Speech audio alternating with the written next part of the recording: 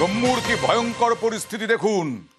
জম্মুতে ঘোরালো পরিস্থিতি, বিপদসীমার ওপর দিয়ে বইছে একাধিক নদী। জলের তলায় কাঠুয়া, সাম্বা, ডোডা। জলে ভেসে মৃত্যু হয়েছে 3 জনের। কথা বলবো প্রতিনিধি মৈত্রেয়ীর সঙ্গে। মৈত্রেয়ী, কি অবস্থা?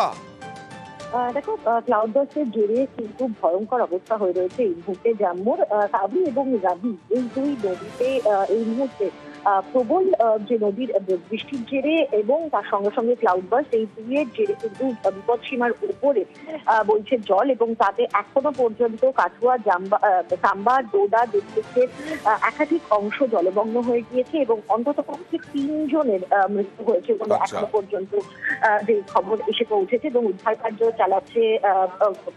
কার্য চলছে বলে এখনো পর্যন্ত জানানো হয়েছে। তুমি থাকো একটু, আমি একটু মানালির ছবি দেখাই। হরপাবানে নদীতে পিকআপ ট্রাক, মানালিতে জলের তোড়ে, রাস্তায় ধস। দেখুন কি অবস্থা, রাস্তা শেষ। মৈত্রেয়ী, মানালিতে ভয়ঙ্কর অবস্থা এই মুহূর্তে, কারণ মানালি চণ্ডীগড় মানালি হাইওয়ের একটা অংশ বসে গিয়েছে এবং যে ভয়ঙ্কর গত রাতের ভয়াবহ বৃষ্টির পর ভয়াবহ এই ধস নামে এবং তার জেরেই কিন্তু এই বিপজ্জনক পরিস্থিতি তৈরি হয়েছে মানালিতে। একেবারে এই মান্ডির ছবি দেখাবো, হিমাচলের মান্ডি, হিমাচল প্রদেশের মান্ডিতেও দেখুন চাম্বার ছবি দেখুন। হিমাচল প্রদেশে হরপাবান, মেঘভাঙা বৃষ্টিতে একেবারে খরস্রোতা নদী বন্যায় ভেসে যাচ্ছে। অতিবৃষ্টি, ভেসে গেল রাস্তা সমস্ত জায়গায়। হিমাচল প্রদেশ, জম্মু, একেবারে ভয়াবহ পরিস্থিতি। জলে ভাঙল চণ্ডীগড় মানালি সড়ক। এ দেখুন ধস, দেখুন ডোডা জম্মু। এখনো প্রচন্ড বৃষ্টি হয়ে চলেছে গত কয়েকদিন ধরে।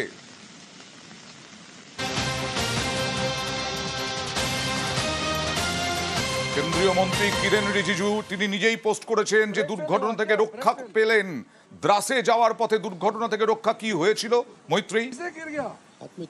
দেখো, দ্রাসে যাওয়ার সময় তার গাড়ির সামনে যে কনভয় ছিল তার সামনের একটি গাড়ি নদীতে পড়ে যায় এবং খুব অল্পের জন্য দুর্ঘটনা থেকে বাঁচেন কিরেন রিজিজু, এবং তার যে কনভয় ছিল সেই কনভয় দ্রুত এগিয়ে যায় এবং সেই এগিয়ে গিয়ে যে গাড়িটি নদীতে পড়ে গিয়েছে তাকে সেখানকার যে যাত্রী তাদেরকে দ্রুত ব্যবস্থা করে উদ্ধার করানো সম্ভব হয়। কিরেন রিজিজু তিনি জানিয়েছেন তিনি নিজে সুস্থ আছেন, নিরাপদ রয়েছেন এবং ভয়ঙ্কর দুর্ঘটনা থেকে অল্পের জন্য মুক্তি পেয়েছেন, তিনি বাঁচতে পেরেছেন কিরেন রিজিজু। ওকে, এই দুজনকে উদ্ধারও করা হয়েছে। ब्रेक फेल हुआ क्या? ब्रेक फेल किसे गिर गया? हाथ में चोट लगा। ब्रेक फेल हो गया क्या? गाड़ी से फिर से निकला क्या? आप इधर क्यों? ये इश्यू साथ है, अभी बुला रस्सी लेने गया क्या? रस्सी होगा, गाड़ी में रोक है, रस्सी है, रस्सी नहीं है যোধপুরে ভয়ঙ্কর ঘটনা।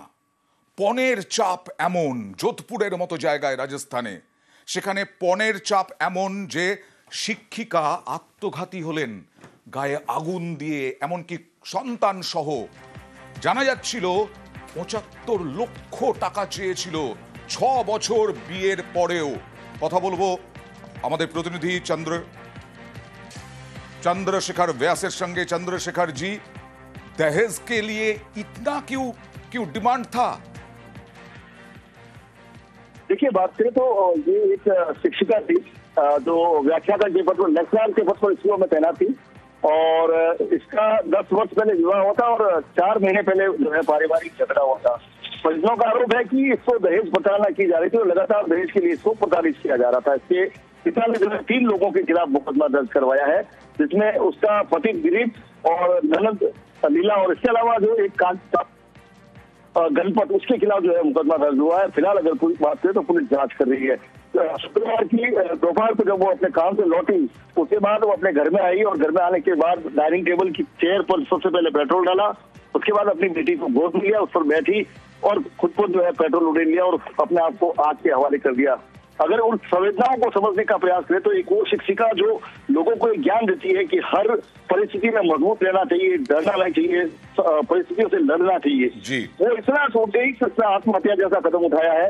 फिलहाल अगर बात करें तो रविवार को जो है उसके स्कूल के लॉकर में एक सुसाइड नोट मिला है, जिसमें तीनों लोगों के खिलाफ उसने जो है बातें लिखी है। फिलहाल पुलिस जो है आरोपी की तलाश कर रही है और इस घटना में जो है 3 वर्ष की मासूम यशस्वी उसकी बेटी थी, उसकी डेथ हो गई और जो पीड़िता संजू है उसकी भी मौत हो गई। जी बहुत बहुत शुक्रिया। ज्योग्राफी लेक्चरर ने अपनी बच्ची के साथ सुसाइड कर लिया था। ससुराल के जो लोग थे वो उसको दहेज की मांग के लिए प्रताड़ित करते थे, वो उसी दहेज प्रताड़ना के कारण उसने सुसाइड किया है। फिर स्कूल्स की जो उसकी खुद की जो लाइब्रेरी है अलमीरा में उसने एक सुसाइड नोट रखा है कि किन कारणों से उन्होंने सुसाइड किया है और उसके जो तथ्य हैं उसमें लिखे गए हैं, उसके बारे में लिंक किया जा रहा है, उसके संबंध में एविडेंस जुटाए जा रहे हैं। फैमिली मेम्बर्स थे, उन्हीं पर आरोप लगाए हैं उसने। जो इलेक्ट्रॉनिक एविडेंस आएगा और जो भी डॉक्यूमेंट एविडेंस आएगा, जो वर्बल एविडेंस है, सभी के आधार पे इस पे जो भी मुलजिम है उसे अरेस्ट किया जाएगा। আবার জেলার খবরে যাব। পূর্ব বর্ধমানের খণ্ডঘোষ আর মুর্শিদাবাদের ভগবানগোলায় ভাঙন কাঁটা আতঙ্কে, এই খণ্ডঘোষে ভাঙন আতঙ্ক, ওইদিকে মুর্শিদাবাদে ভাঙন আতঙ্কে কাঁটা নদী পাড়ের বাসিন্দারা। অন্যদিকে আলিপুরদুয়ারে বাঁধের কাজ শুরু করলো সেচ দফতর।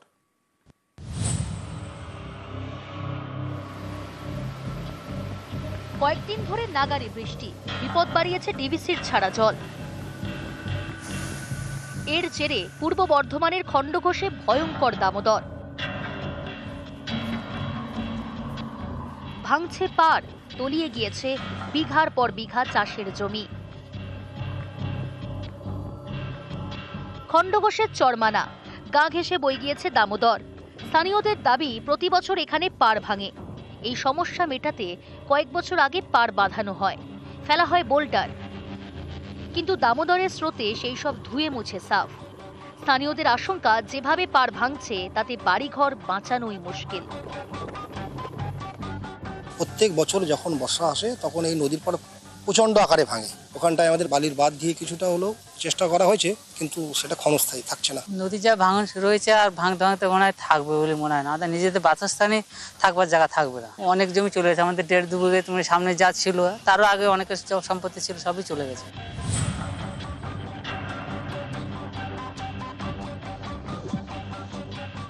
অনেক জায়গাতে ইতিমধ্যে ইরিগেশন দপ্তর থেকে ব্যাংক প্রোটেকশন কাজগুলো হয়েছে, কিন্তু অতিবৃষ্টির জন্য, টানা বৃষ্টির জন্য অনেক জায়গাতে ভাঙন হচ্ছে।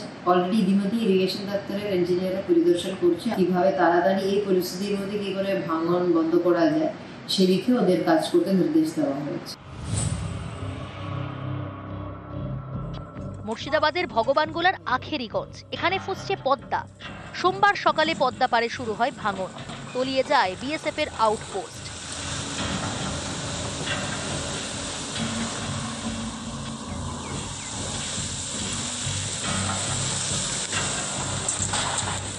এই আউটপোস্টের কাছে রয়েছে বিদ্যুতের খুঁটি। বিপদ এড়াতে সেই সব সরিয়ে ফেলা হয়।